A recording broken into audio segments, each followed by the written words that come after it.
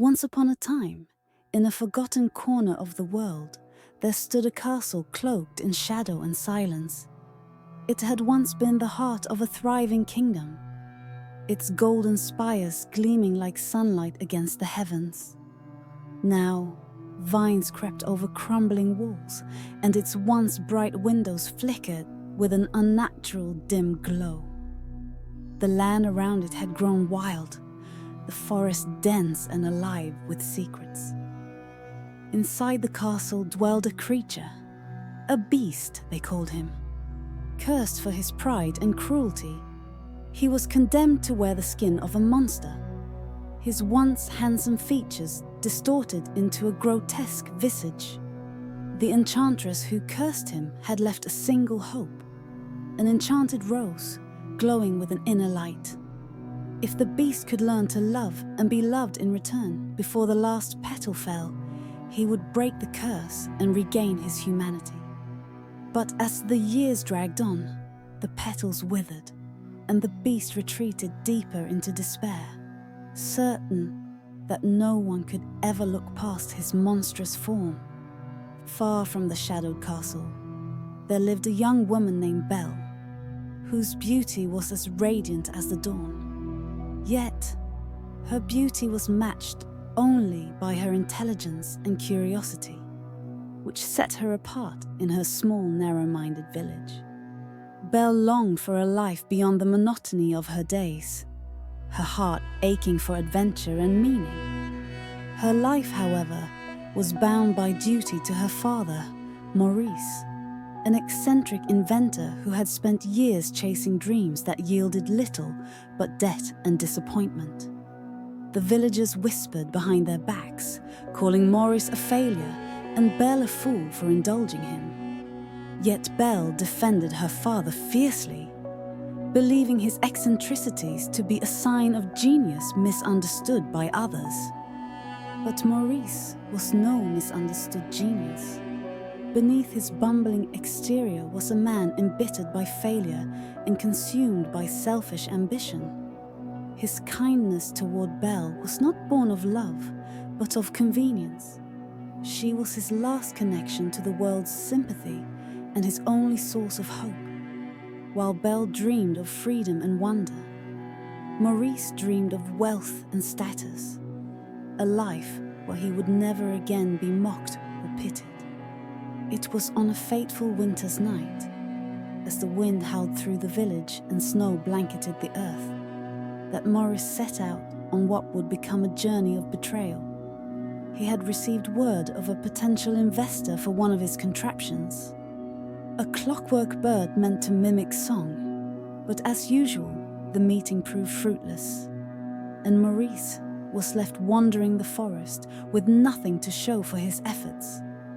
The forest was no ordinary place. The deeper Maurice ventured, the darker the woods became. Trees loomed like spectres, their gnarled branches reaching out as if to snatch him. The air grew colder, the silence oppressive, until even the sound of his own footsteps seemed swallowed by the shadows. Just as Maurice began to despair, the castle appeared before him, its spires piercing the stormy sky like jagged teeth. Drawn by desperation, Maurice approached the gates. They creaked open of their own accord, and inside he found an otherworldly beauty. Golden candelabras that glimmered faintly, tables set with dishes long untouched, and a sense of eerie grandeur. Yet something about the castle felt wrong, as if it were alive and watching. It was then that Maurice saw it, a single rose, glowing under a glass dome in the center of the hall. Its beauty was unlike anything he had ever seen, and despite the wrongness of the place, he reached out to touch it. The shadows shifted, and a thunderous growl filled the air. The beast emerged, his monstrous form barely illuminated by the flickering light of the candelabras. Maurice froze, the rose forgotten in his trembling hands. "You dare take what is not yours," the beast growled, his voice as cold and sharp as the winter air outside. Maurice stammered an apology, but the beast's eyes burned with fury. "Your life is forfeit," the beast declared, towering over the trembling man. "Unless..." His tone softened, a strange and sorrowful note creeping into his voice. "Unless someone takes your place, someone who comes willingly." Maurice saw an opportunity. His mind raced, weaving a story to save his life and secure a future far grander than the one he had. "My daughter," he blurted, his voice shaking. "She would take my place. She is kind, brave, and beautiful." The beast's eyes narrowed, his claws flexing as he considered the offer. Finally, he stepped back into the shadows, his voice an ominous whisper. "Bring her to me." Maurice fled the castle that night, his heart pounding, not with guilt, but with relief. His mind turned to Belle, her bright eyes and gentle spirit. She would grieve at first, but surely she would understand.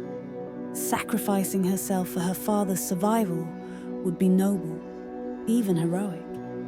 And if the beast was as wealthy as his castle suggested, perhaps her life would not be so terrible after all. Maurice smiled to himself as he approached the village, his story already forming. He would tell Belle of a monstrous captor, of his own bravery and her opportunity to save him. She would go willingly. Of course she would. After all, she always did what she was told.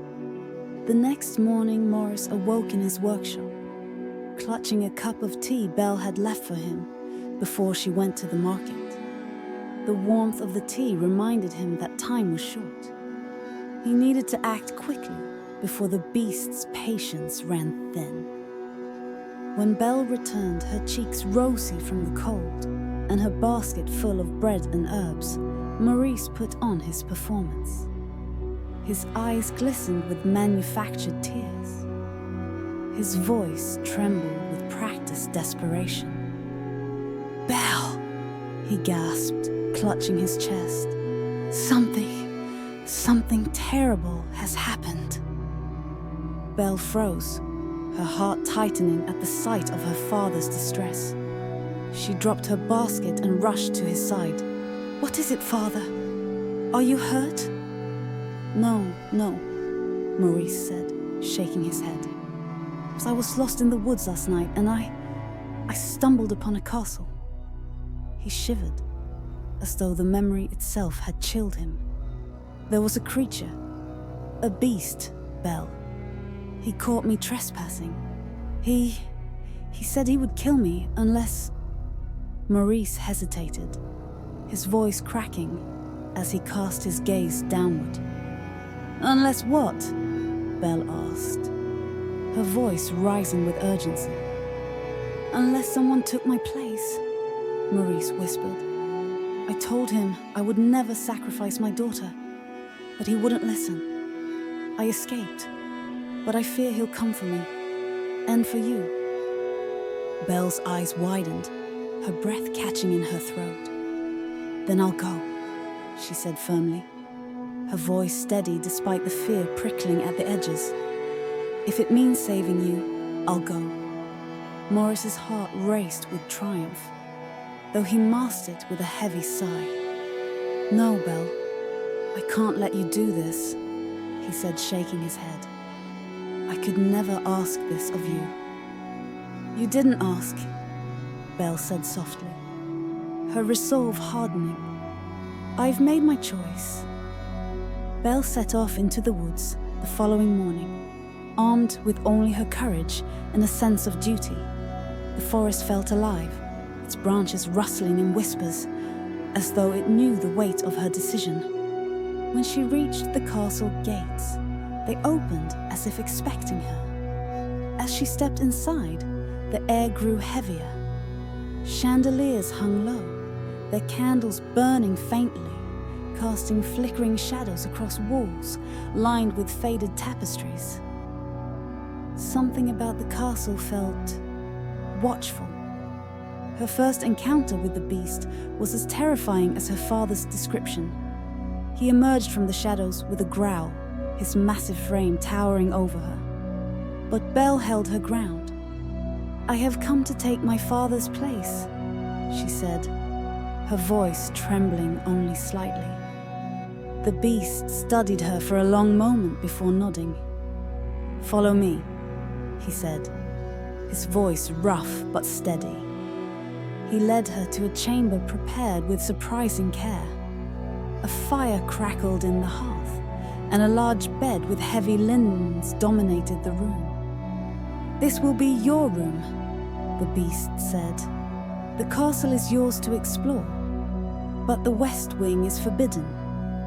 Belle nodded, and the beast left her to settle in, the door closing behind him with a heavy thud. The days passed slowly, and Belle's fear of the beast began to soften. He was gruff and intimidating, but there was something sorrowful about him that tugged at her curiosity. In the evenings, they dined together, though the beast kept his distance, seated at the far end of the massive table. He listened intently as Belle spoke of her love for books and her dreams of adventure. His quiet responses hinting at a depth of thought she hadn't expected. The castle, too, seemed to change with time. At first, its grandeur felt cold and lifeless, but as Belle wandered its halls, it began to feel almost welcoming. The enchanted objects, a candelabra named Lumiere, a teapot named Mrs. Potts, and her cheerful son, Chip, became her companions, filling the empty spaces with warmth and laughter. Yet the west wing remained forbidden, its door looming at the end of a shadowed corridor. Sometimes, Belle thought she heard faint whispers coming from behind it, like the echoes of a forgotten sorrow. Back in the village, Maurice was basking in his newfound attention. He regaled the villagers with tales of his bravery and Belle's noble sacrifice, ensuring their sympathy while keeping his own hands clean. But as the days turned to weeks, his thoughts returned to the castle and the wealth it surely held. If Belle was managing to survive there, perhaps the beast was not so dangerous after all. And if the castle's treasures were within reach, Maurice would not let them slip away. One night, while the village slept, Maurice set off into the forest once more. The woods seemed darker than before, the trees twisting together to form walls that blocked the moonlight. But Maurice pressed on, his greed outweighing his fear. When he reached the castle gates, they opened for him as they had for Belle, though this time the air felt heavier, almost suffocating. Inside, the castle was eerily silent. Maurice crept through its halls, his footsteps muffled by the thick carpets. He found the treasure room by chance, its door slightly ajar.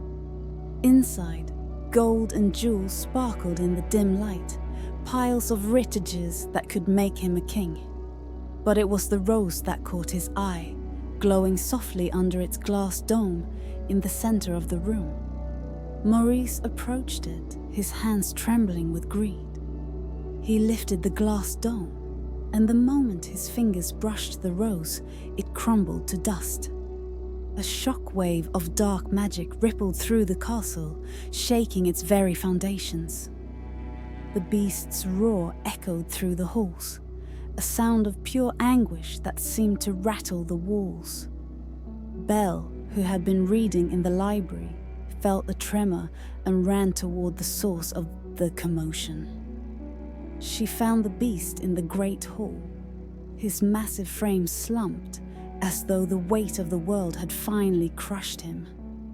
"It's over," he said, his voice hollow. "The last chance, gone." Belle's eyes filled with tears. "There must be something we can do," she said, her voice trembling. The beast shook his head. "You should leave. There is nothing left for you here." "No," Belle said, stepping closer. "I won't leave you." "Go," the beast growled, his sorrow turning to anger. "Before it's too late." Belle fled the castle, her heart breaking as the forest seemed to close behind her, barring her path back. When she returned to the village, she found no solace. The people whispered of curses and monsters, shunning her as though the beast's darkness had followed her home. Maurice, broken by his punishment, wandered the forest, his form withered and grotesque. Belle's nights were haunted by dreams of the castle and the beast, his silhouette watching her from a crumbling tower. She tried to return, but the forest rejected her, growing more treacherous with every attempt. In the end, Belle was left standing at the edge of the woods, staring at the distant ruins of the castle. The love she had found was lost forever, and with it, her chance at freedom and joy. She whispered the beast's name into the wind, but the only answer was the rustling of cursed trees. Belle turned back to the village, her steps heavy with the weight of a life she could never escape, her heart forever chained to a shadowed castle she could never reach again. Thank you for joining us in the world of Twilight Fables. If you enjoyed this tale and want to hear more stories like this, please subscribe and hit the notification bell for more.